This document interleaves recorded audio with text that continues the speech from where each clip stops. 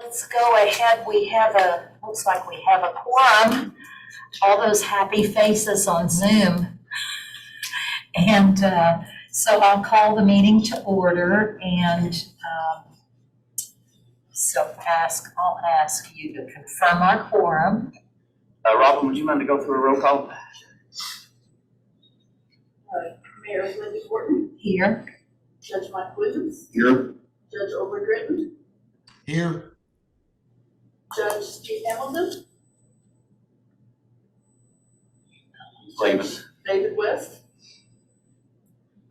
Oh, he's He's getting settled. We got it. He's always moving. Mike Riley. Present. Tiffany Reeves. Here. Jeremy Hurd. Here. Stacy May. Rolando Thacker. Here. Colin Mosley. Here. David Dutlinger. Here. Jennifer Hayes. Here. Todd Blanton. Amy Glasgow. Here. Donnie Watson. Here. That's it. Thank you very much. We have a quorum, and so we'll go right into our, well, let's see, is there anyone who needs to be introduced? I think there is, right? Do we want to go around and introduce each other? We know the elected officials already, but Robin Richard, the program assistant with the Bluegrass Area Development District. I'm Jeremy Hurd, I'm the IT specialist at Treasury. I'm Colin Mosley, the Wheelock County Officer. David Dutlinger.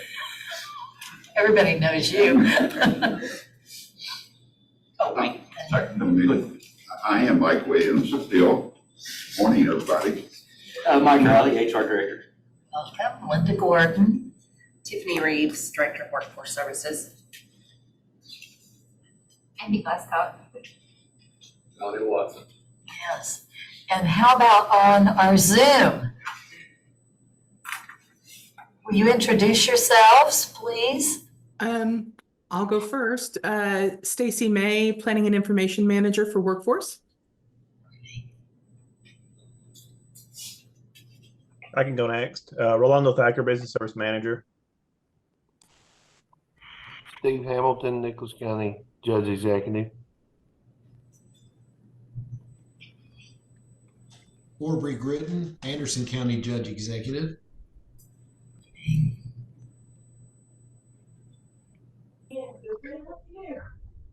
Me, David West, Jessamine County Judge Executive. And you're sitting down. That won't last long. I figured it. Jennifer Hayes, Equus Workforce Solutions. And I'm Todd Blanton, the one-stop operator for the Kentucky Career Centers. Wonderful to see you all. Thank you. Now let's go right into our action items. And we have minutes from September 6th, 23, the joint meeting. They were enclosed in your packet, and I'll ask for a motion to approve. Motion. Is there a second? I'll second, Mayor. Thank you. Now let's discuss, are there any corrections or additions or anything you don't think is quite right? Anyone? All right. I'll ask for a voice vote. Since we can see you, we need your voice. All those in favor say aye. Aye. Anyone opposed? All right, that motion passes. Thank you. And next, I'll turn it over to Mike Riley for some good news. Yeah. So just to kind of follow up from the joint training, we had a discussion then about creating a committee to go forth to find the new Workforce Services Director. And that was made up of myself, Judge Williams and Judge Gritton, and also Dolly Holland and Connie Schnell from the Workforce Board, and Amy Glasscock with the City of Lexington. So we went through and we opened that up. We had a lot of applicants, a lot of good applicants. We were able to narrow that down to 2 candidates. We held interviews, and it was pretty well unanimous. Tiffany Reeves was selected for the new Director of Workforce Services. We're super excited about where this is going to go for Tiff. I'm going to have to brag on her, and then I don't know what I'll do with her then, but it really was, yeah. So Tiffany is going to do great things with Workforce. I just want to thank you all for the opportunity to serve as interim since April.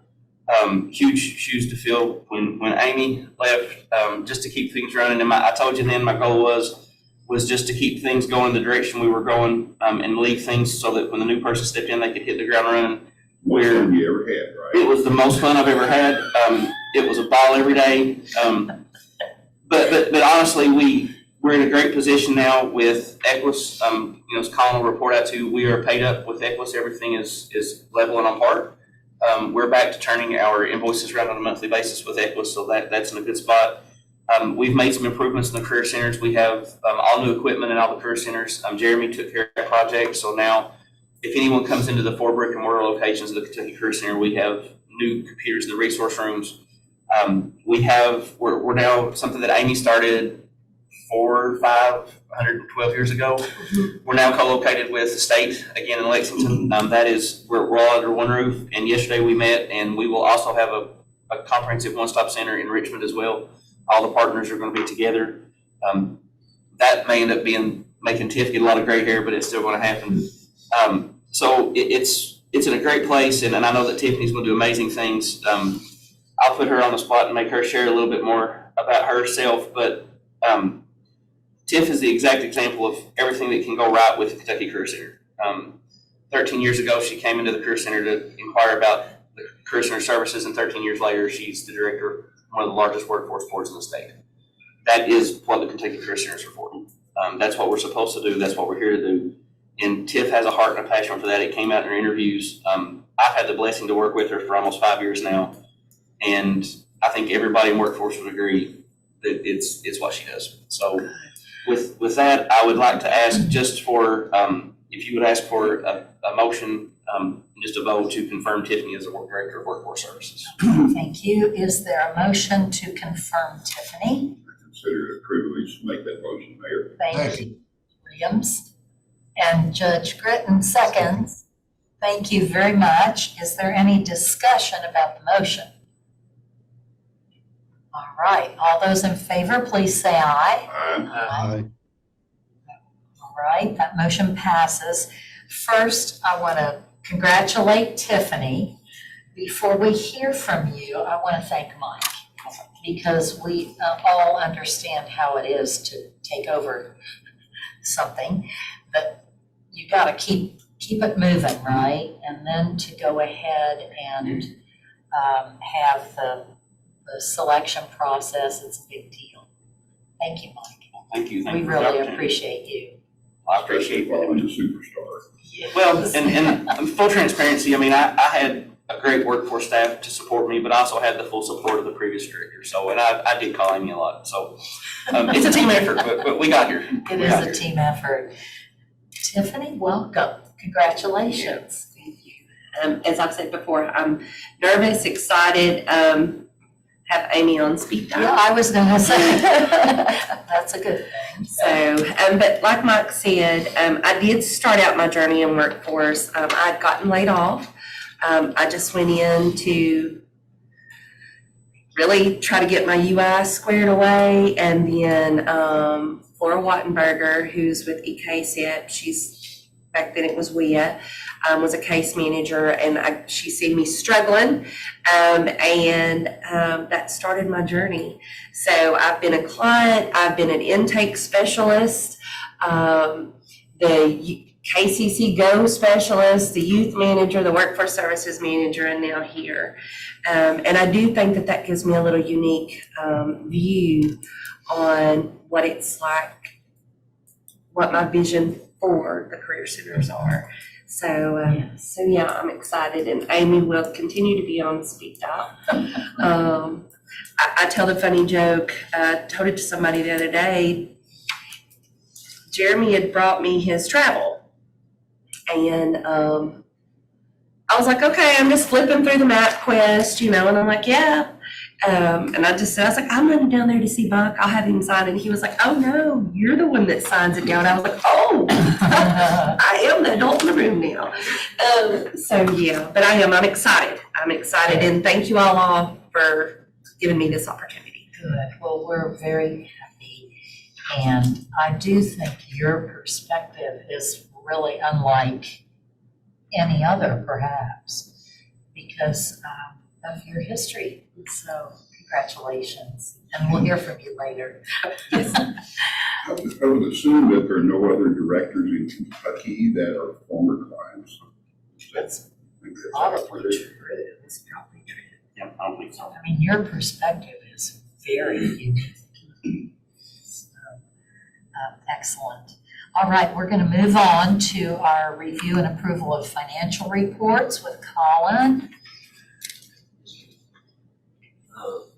The reports that we've got on this meeting agenda is the September report and the October. In September of 2023, out of our total budget, we were 18% expended. We were 31% expended on the prior year at the same time. On our admin, we were at 25%, as compared with 28 in the prior year. Our adult expenditures were at 15%, as compared with 54% in the prior year. Dislocated worker was at 14%, as compared with 30% in the prior year.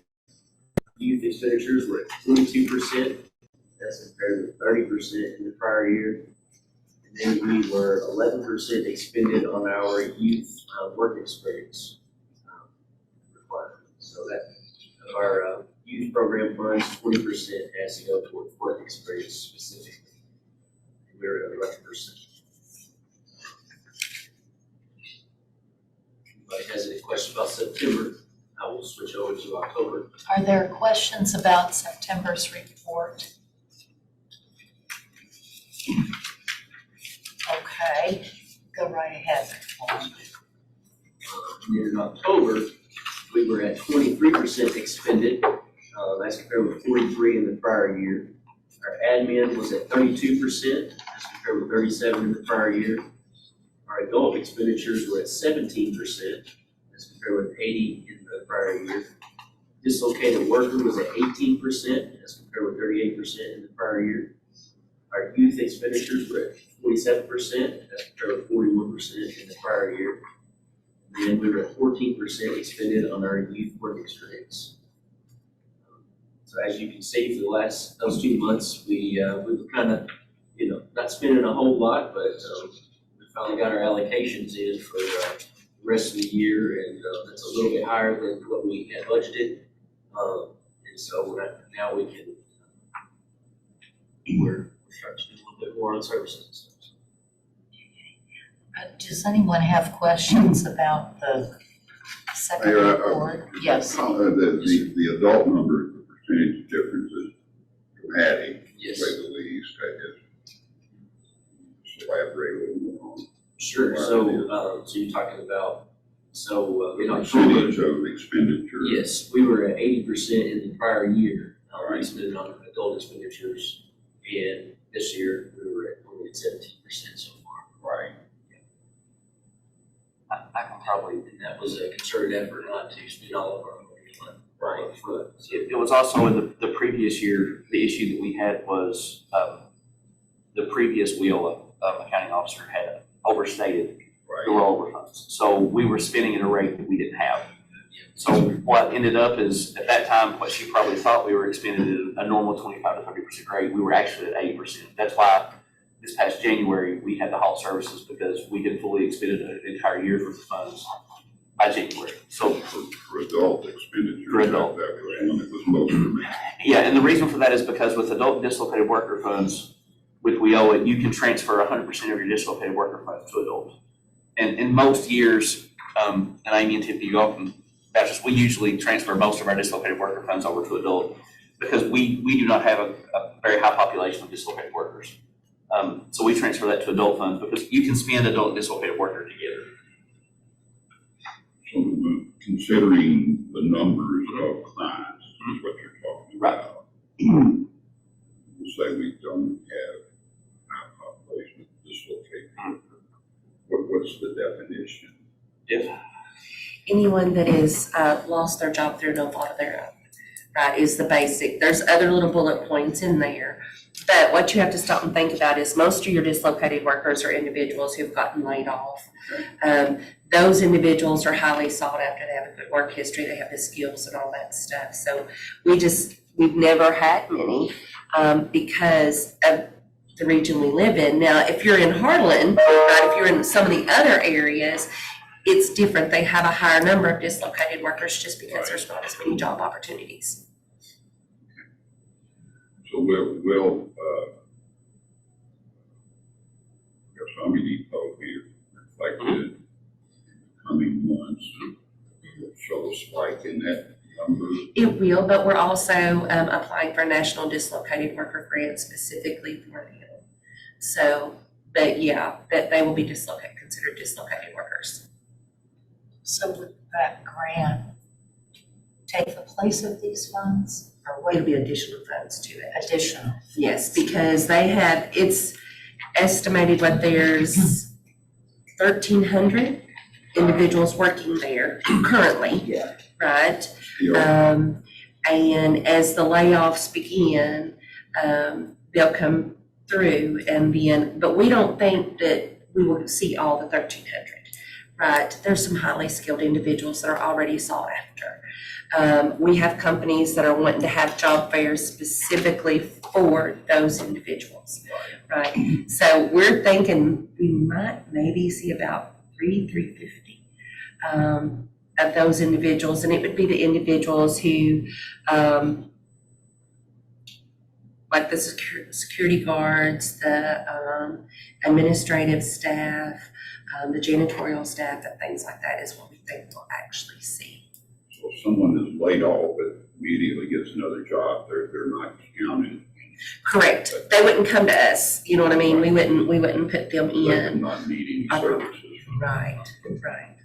And the one thing that we have seen with most of the depot, and a lot of even our individuals that do come into the career center that have been laid off, they just need a resume adjusted, right? And I'm sure we've all made this statement before, well, right? Because you could probably tell me everything about you could talk to me about your wife, your children, and all that, but it's very hard for us to put pen to paper on what we actually do in our jobs and brag on ourselves. It's just not a natural thing that we do.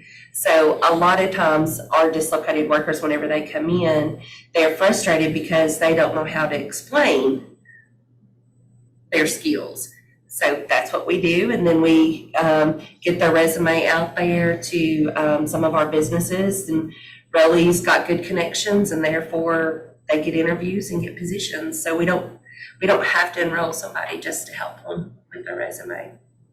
that's really been the focus since July, is instead of having to enroll people and, spend funds, we've done a lot of direct referrals. So like Rolly has been really busy with getting employers lined up so that when somebody comes in, instead of saying, hey, let's get you enrolled and go through this, we say, look, here's somebody who's hiring. So we've still served a great number of people since July. It's just not anything that's going to be reflective of the expenditure of funds. We've just done direct referrals and kind of more grassroots, let's get you a job. It's been a lot, but now we have the flexibility, starting with January 1, to actually expend some funds. So I think the latest report Tiff we got was 65 people that will be laid off in February from the depot. So out of those 65, we anticipate we might see 15 that'll actually come to us for services. And because we've been so judicious in our spending so far, we could easily serve all 15 of those with the funds that we have available. Whether, even before we get the National Dislocated Worker Grant, we kind of are prepared and ready for that. So we have money set aside to buffer that until the Dislocated Worker Grant comes on board. What's the target date for announcement about the grant? We'll apply in January, and I would expect that we'll hear something back within 6 to 8 weeks. Probably. Yeah. So probably a March 1st kickoff date for the grant. So we'll probably get the grant right after this first group starts, but we can actually go back and move funds if we need to. So Do these grants have a match? No, it's 100% federal And- funding. Has the depot already laid off some? They've gone through the first round. The first round were voluntary layoffs, people that took retirement packages and so forth. They just had another round of folks that were the first ones that were truly let go, and we had about, 10 to 12 Yep. people that came in. And our services are made available to all of them. Jeremy's done some online, like how to use Microsoft, we've done interview classes. Every Friday, we open up the Career Center in Richmond just for people from Vietnam. That's all the staff focus on those days. But we haven't had a lot take advantage. Jeremy's done a couple of online classes that are available for everybody there. A lot of the classes nobody signed up for, but we've had some that have taken advantage of it. So everybody will get it offered to them. But as Tiff mentioned, a lot of them have advanced degrees, have got a lot of experience that they're simply, we've got employers as far away as E-Town, which we all know who that is.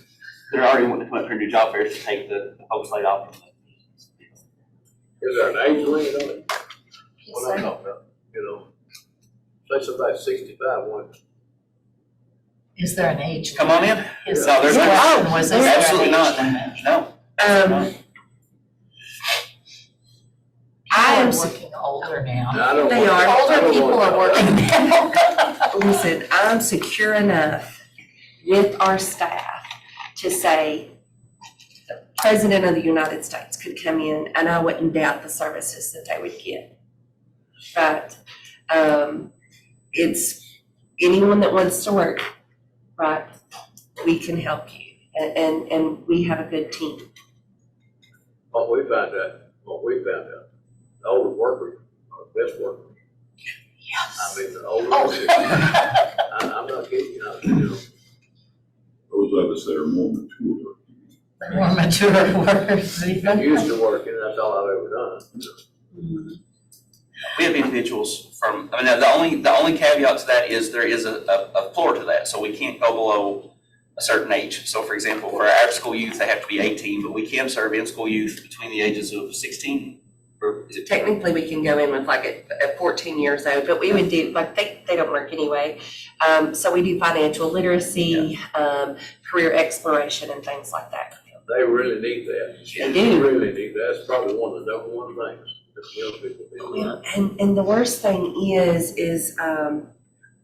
what the actual job is compared to what your expectation of the job is as a young person are two different things a whole lot of times, right? And that's one of the things, like whenever we go in with the career exploration, like Jeremy takes the VR headsets in and they get the neat side of it, but then we do the workshops on the back side to say, okay, that if you want to be in social services, you're gonna have to do a lot of paperwork. If you want to be an electrician, right, you might need to be used to the cold because you're not going to be in a building all the time. You're going to be outside doing some stuff. If you want to be a lineman, had one young lady who was bound and determined that she wanted to go into healthcare, but whenever she did it was the knee surgery, she was completely grossed out by all the blood, right? So the worst thing is the school systems have changed. My guidance counselor, whenever I was in school, kind of told you all the bad stuff about a job first to make sure you still was interested in the good parts of it. So I think that's the thing that's kind of missing right now with our younger generation. Do they do an aptitude test now? And when I started high school, they gave aptitude tests, just last century. Oh, no, I've been out a long time, I don't know. But So I'm going to direct us back to the financial Yes, report. I'm so sorry. Because that's okay, these are great questions. I have a hard stop at 10:30, so if I have to leave, my buddy over here is gonna need to take over. So are there any other questions about the finance reports?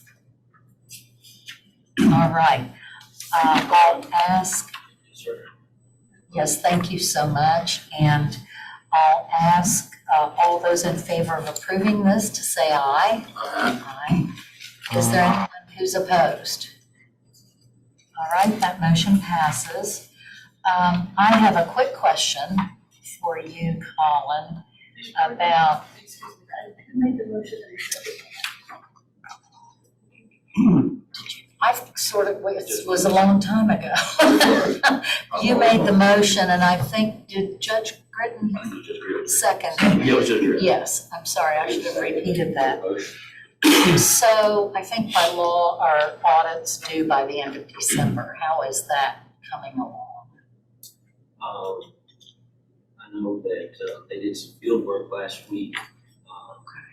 But, I'm not sure where what Michael's last, update was on that. Okay, remind me who's doing it. Barnes Connect is the auditor. Okay, They're out of Northern Kentucky. They have been doing the field work. They have submitted the final trial balance. I was in communication with the principal who went over in charge of the audit yesterday. They've been working this week, but they may not finish everything by the end of the calendar year. So maybe like the first or second week in January when they finish everything. But they're proceeding along, and it's great to get the final trial balance done. And late yesterday, they were working on receivables, what they were reconciling, so the detail of where it's at. So, okay, thank you for that update. And thanks again, Colin. We have in your packets, you have some dates for our 2024 meetings well, anyway, it's the page right after the financial reports. March 20th, June 19th, and then I'm thinking we need to decide on the September date. Is that correct? 26th, 27th, or 28th, the joint meeting. So I'll ask for a motion to approve, and then we'll discuss them. Is there a motion? Make a motion, Mayor. Thanks, Judge Williams. Second. Thank you very much. Do these work for everybody? I would assume we won't meet on Saturday, the 28th of September. Oh, is that a Saturday? Or if I'm looking at the calendar correctly. Oh, it is. So let's cross that one out, unless anybody's dying to meet on Saturday. So it should actually be either the 25th, the 26th, or the 27th. Oh, Okay. okay. 25th, 26th, or 27th.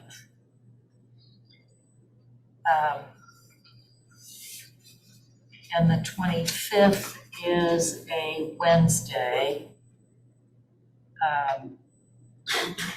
This will be the joint meeting. Yes, ma'am. So I will just,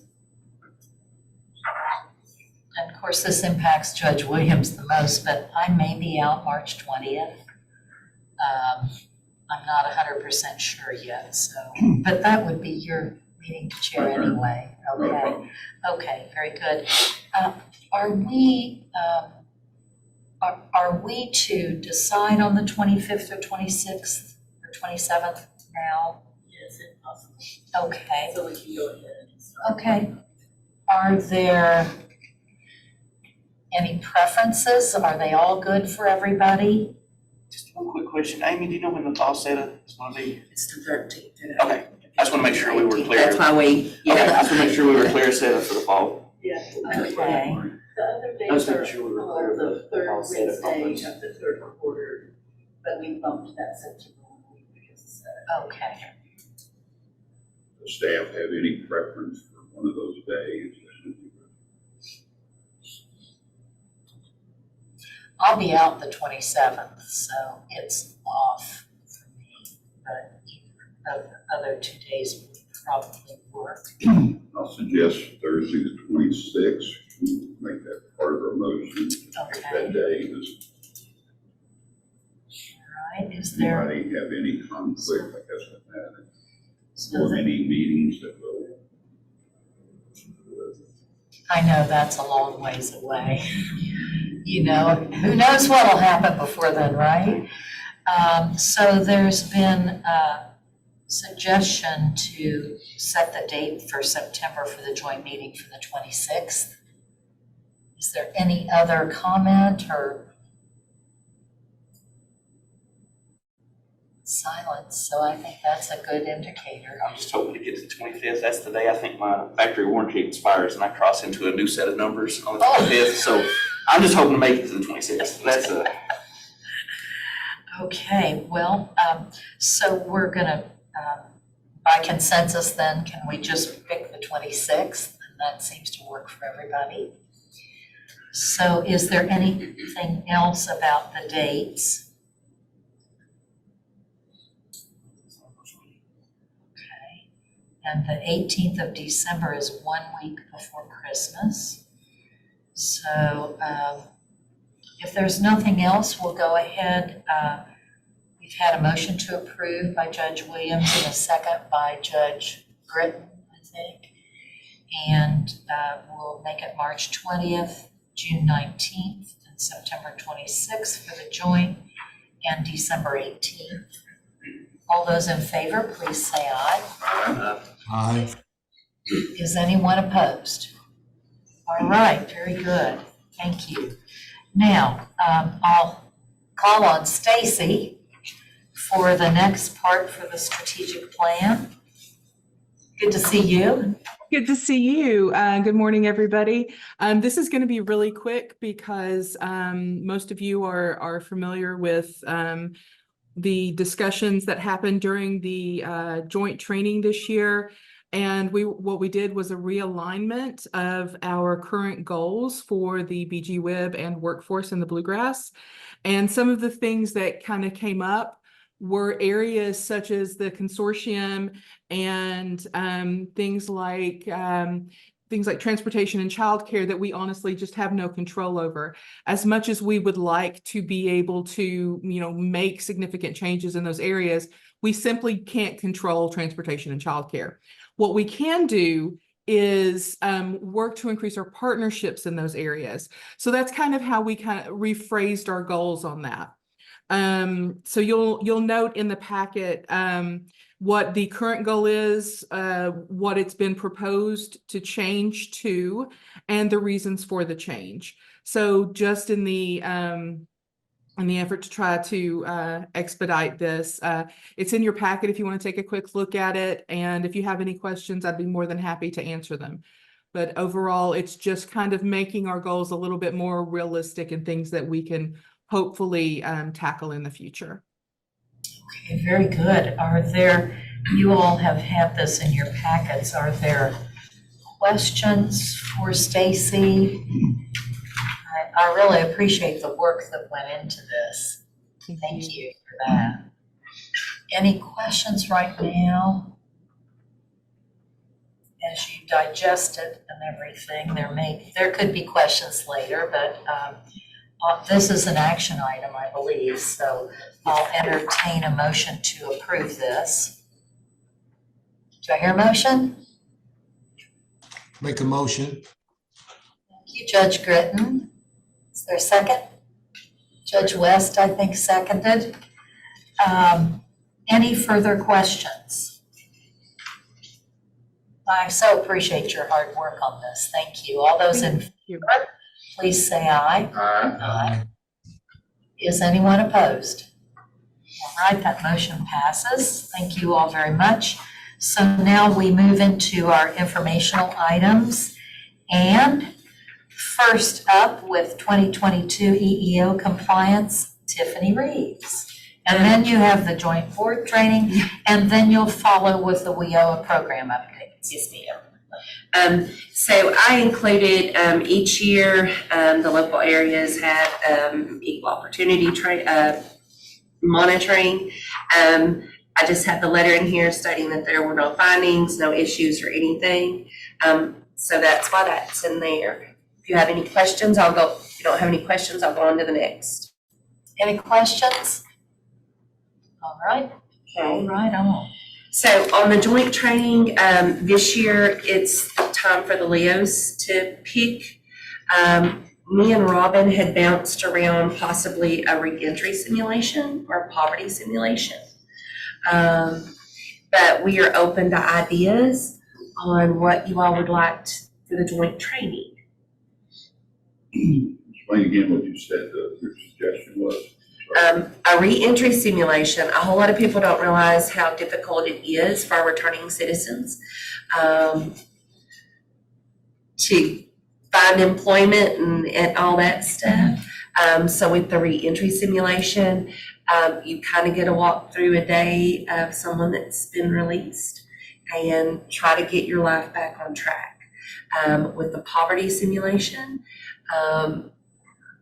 you have to walk through a day in the life of someone that lives in poverty, and figure out how you're gonna take care of your utility bill whenever you get a flat tire, right? It's kind of like the game of life. It's very, very interesting and very eye-opening. But if y'all would also like to have a speaker come in, we can do that also. We just need to kind of have you all kind of give us a little guidance of what you'd like to see. Who runs the simulations? Goodwill. Oh, we would partner with Goodwill. Experts at it. They do very good. It's wonderful. So I'll ask the Leos, what is your sense of where we want to recommend? This is for the joint meeting, for the Yes. training. The reentry simulation, poverty simulation, a speaker on a particular topic. Any thoughts on this? The simulations sound like a great idea. I can't imagine anything more practical. Are we talking about like a half of a day? We need to consider how much time we'll have. What They typically run like half a Our day. day is usually spent, the full, we do the board meeting for half a day. is like about this 3 this hours. year, we went pretty much the whole day, didn't we? Yeah. So simulation and a speaker is appropriate. I think that would probably be too much, so it'd be one or the other. So you anticipate the simulations taking quite a bit of time? Yes, Okay.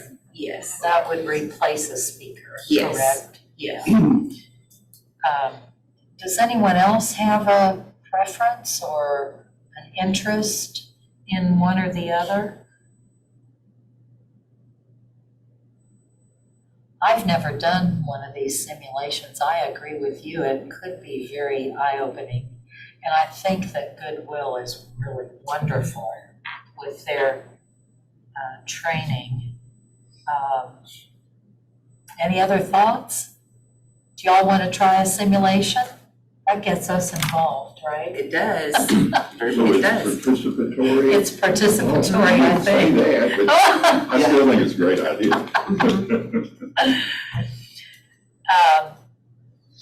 Would you all like the reentry simulation or the poverty simulation? To So see, if we need to choose between the two, I think Two we, separate ones. I think we should give them the guidance, don't you, on which one you're interested in. I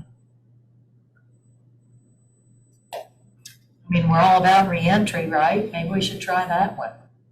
I don't want to decide for everybody, but what do you think about that? Judge Gritton's getting on it. I like that one. I like the reentry. Okay. Any other thoughts on? I would say, given that one of our, programs that has been very successful for us, the transition to transformation, revolves around recovery. And at one point, just a little over a year ago, we had over 45 partners and community partnering agencies in the 17 counties that were either recovery-based, domestic violence-based. We do a lot of work. I would say, and Tiff, you know these numbers better than I do, but probably 75 to 80% of the clients that we see now come from recovery. And it's a population that we deal with on a daily basis. That is, like I said, 4 out of 5 people that walk in the Career Center are either in active recovery or referred from recovery agencies. So I think it would be very, very useful to have a better understanding of really where they come from and maybe to walk a little bit in their shoes during that simulation. Typically, like we were talking about it earlier, too, saying that will include an aspect of poverty, because if you are reentering, you've got nothing. Good point. Yes, so we would get a little bit of the poverty piece. Well, unless there's no objection by consensus. And shall the we- only thing that Stacy pointed out is I don't think you can get the continuing education units for the simulation. Yeah. And if you don't mind me saying, I just want for the sake of transparency to let everyone know, because typically during these joint trainings, we offer continuing education units to the judges when they attend. And I don't believe the simulations would provide the continuing education units. I mean, it's still a valuable training, don't get me wrong. I just want everyone to know that I know that some judges typically come for that reason. And I don't believe that that would be an opportunity for them. So is it mostly a speaker who gives the opportunity for continuing education? It's speakers on topics related to their positions as judge executives. Yeah. So we need to have some input then from our judges about that. I think that's a very low priority reason to make a decision. Okay. Appreciate knowing that there are 100 opportunities throughout the year. Okay, for continuing education. Sure. That's not a problem. Do any of our other judges have any input on that? Judge Williams suggested that was a low priority, that there are a lot of other opportunities for continuing education. Do any of you on the Zoom have opinions about that? Do you want to go on with the simulation? Yes. Judge Hamilton, did you have your hand up? I just said that's not a a big deal in my aspect of it. Go right on with what you're proposing. I'm fine with that. Okay. Okay. Any other judges have a comment? Well, then we'll go right on with our consensus that we want to try the reentry simulation. This should be interesting. I'm kind of excited. It'll make you think of things a little bit differently. Good. Okay. Thank you for your all's input on that. There, you gonna set a date for that? It's already in our approved calendar. It'll be September 26th. Oh, okay. So, WIOA updates? As far as the program updates go, like Mike had mentioned earlier, where we wanted to make sure that we had our additional funds in and things like that, we are now turning on the spout to do some enrollment since our funding's squared away. We also were awarded the Quest grant, in which we're partnering with Shepherd's House. It was for $200,000. We'll work with those individuals from the Shepherd's House to put them on work-based learning opportunities, financial literacy courses, and things like that. As always, we do, well, we kind of covered a whole lot of my stuff already. We I was did, going to didn't say, we? because I was going to give an update on the depot. We already That's talked about all done. that, so that's good. If nobody has any questions, I'll scoot on down to the Yes. SETA conference. Perfect. Any other questions before we move on? Okay, just go right ahead. Thank you. As far as updates from the fall SETA, the workshops that I attended were about on the physical monitoring and things like that. Some of the stuff that I took away from it, we brought back and put into play with Colin to help us get shored up a little more. Stacy, do you have any comments about what you attended? Any of the workshops you attended? No, it focused a lot on branding programs in order for to increase recruitment, especially among youth. It was just really valuable information. And also, as an exciting moment, Stacy submitted a workshop for this spring SETA, and we were chosen. It is about our joint training. Oh. So we already have a few of our WIB members that have confirmed that they're going to be there to participate in that session. If a Leo would like to attend, it is at Harris Casino, in Cherokee, North Carolina. Casino? Yeah, Like a like a casino. casino. Yeah, That's interesting. yeah. You wanna go? So we do have space for one Leo. If you all would be, if one would be interested in going, just get with Robin and let us know. Mike and I would certainly appreciate having a Leo there for our presentation to talk about their side of the joint training and their experience taking that information back. When did you say it is? What, it's March, what? 10th through the 13th. Mark, It's March 10th through the 13th. So if you're a Leo and would please consider that.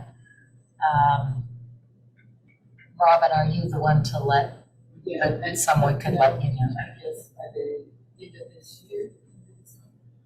The end of December. If you can let Robin know by the end of December if you could attend. If you attend, we will take care of the hotel, you'll be reimbursed for travel, we'll do the enrollment and everything. All right, very good. Is that it? That's all of mine. You've been busy already. Yeah. Thank you so much. And Stacy, I think you have a few more things maybe.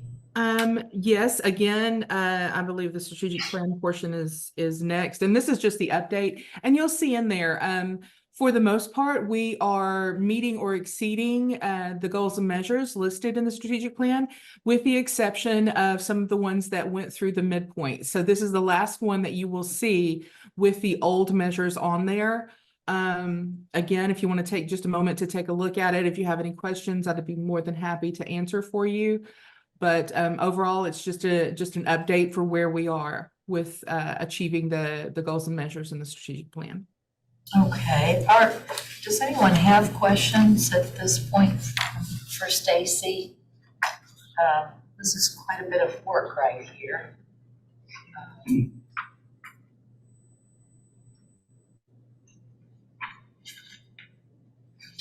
Anything come to mind?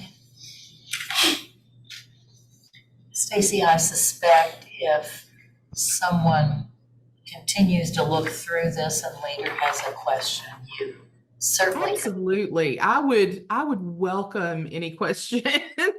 Somebody taking a look at it and having questions for me. That would be great.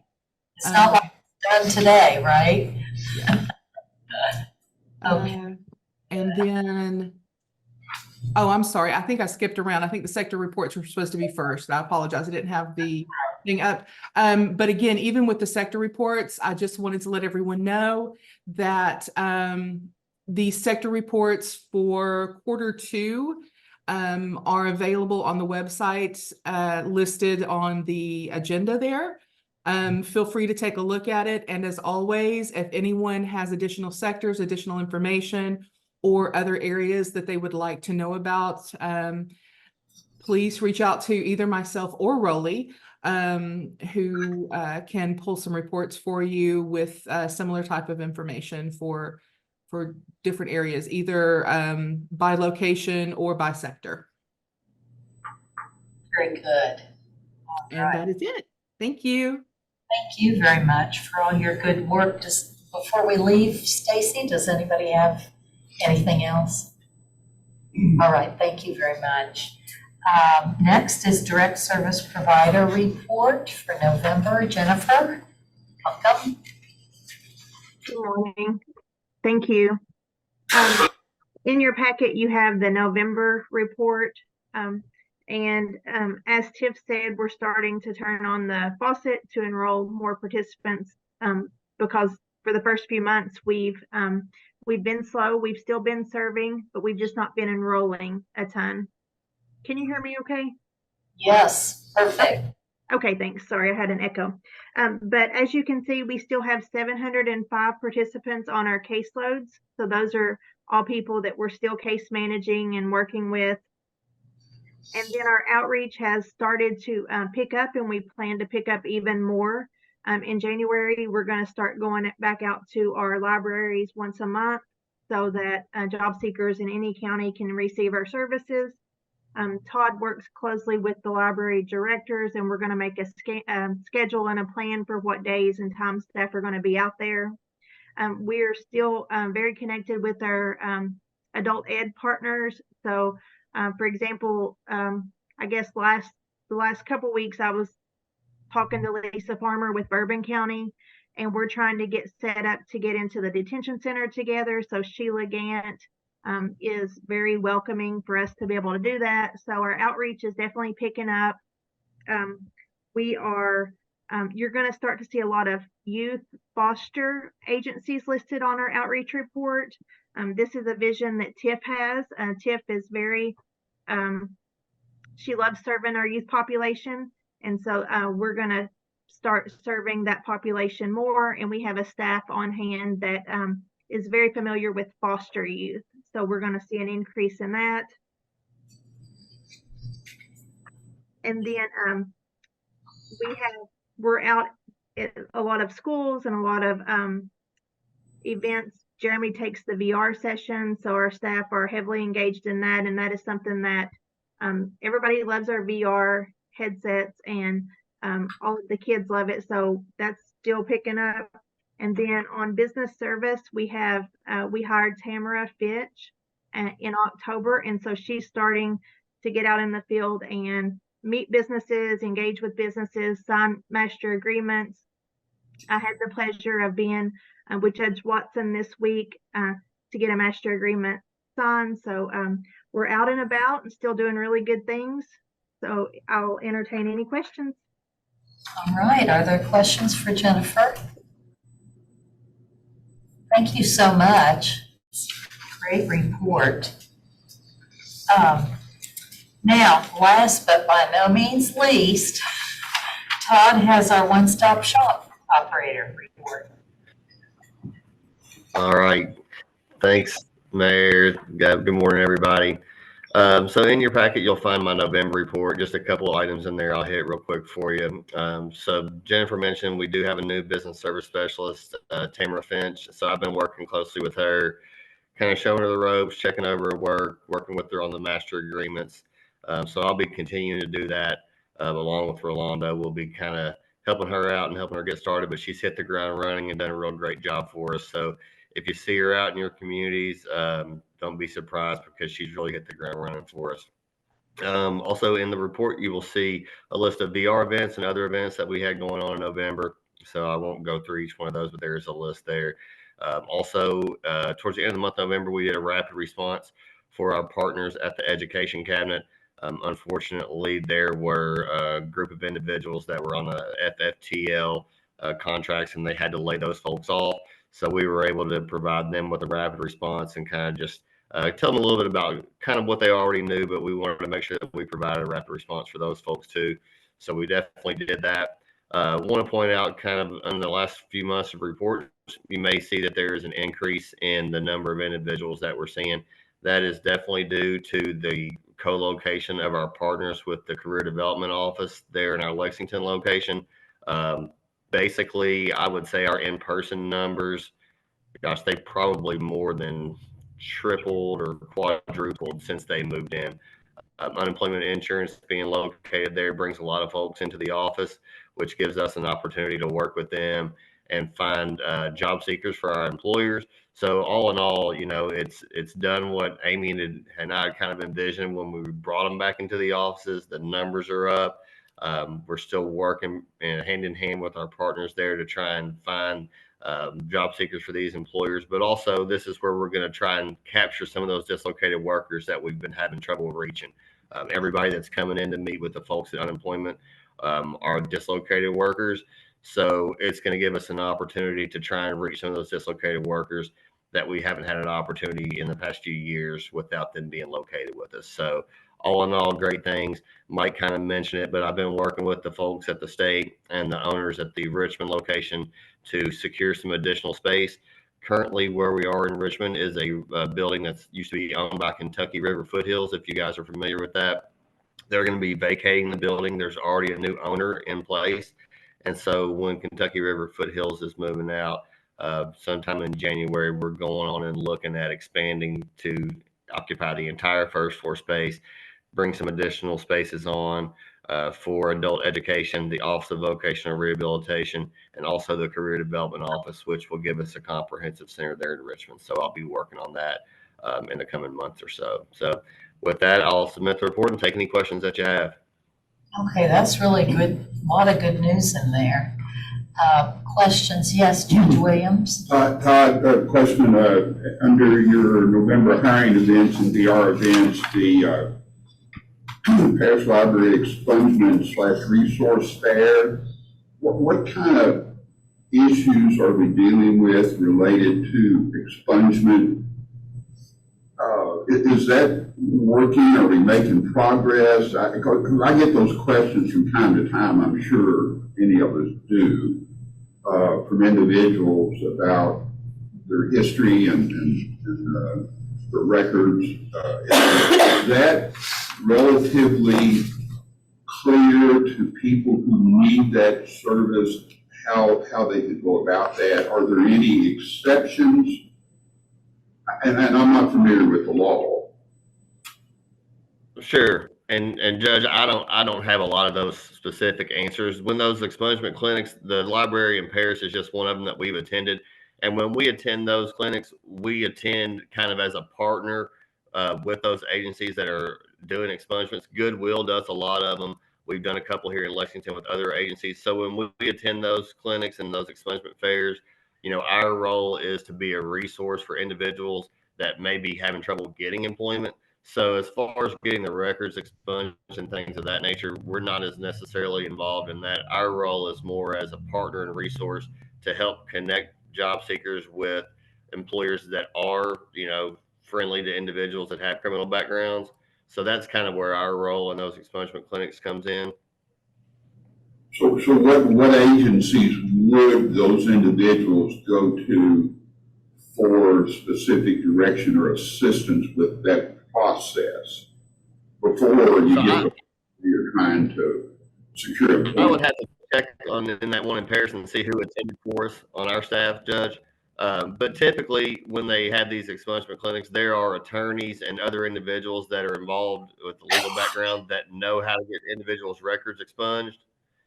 For instance, when Goodwill does theirs, they have individuals on site there that are able to talk directly to individuals about what may be on their background, can that be expunged, and the route that they need to go to take to get that expunged off their record.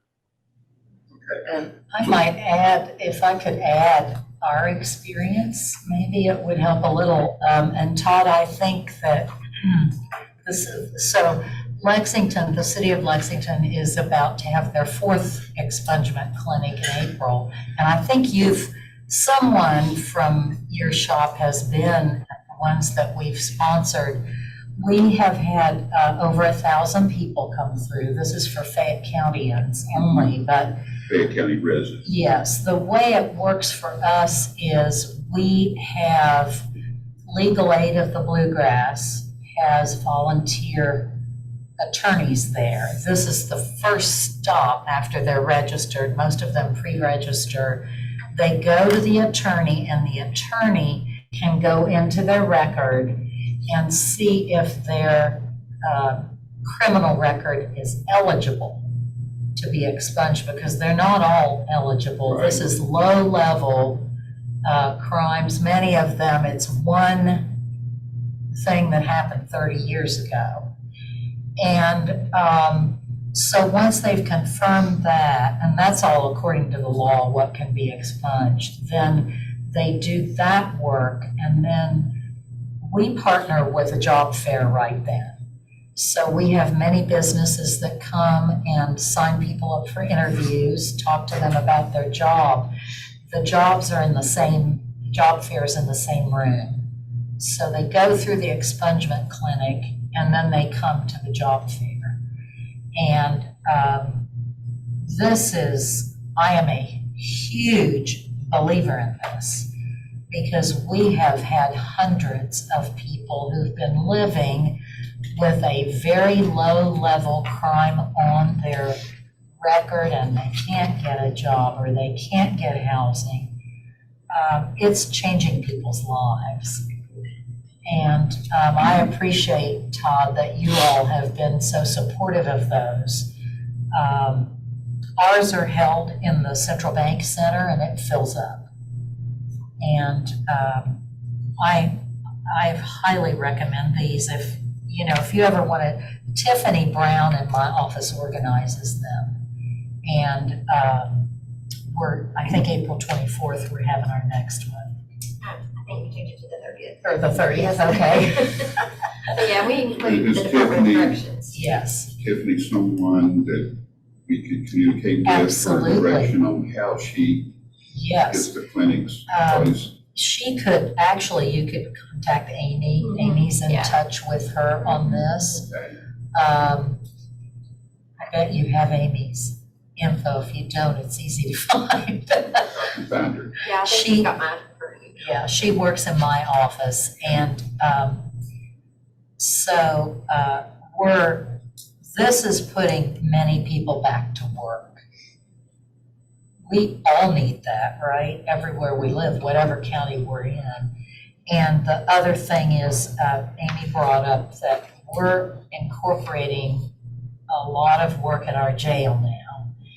And we're working with, our Second Chance program is working with Jubilee Jobs. And so while a prisoner's still incarcerated and they have a certain amount of time before they get released, maybe, I forget, is it about 30 days or is it? We start working with them 6 months. 6 months before. 6 months plus. And they are learning a lot of job skills that they didn't have, like how to write a resume, how to look somebody in the eye and shake their hand and say hello, right? All kinds of different things. And then I think the way it's working, Amy, you may want to speak to it specifically, is by the time they're released from jail, many of them have a job interview already set to go.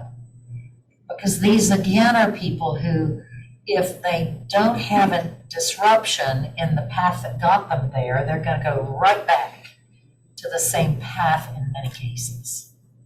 So it's a lot of hard work, but it's well worth it, because the way we look at it is we're building people, and that's what you all are doing.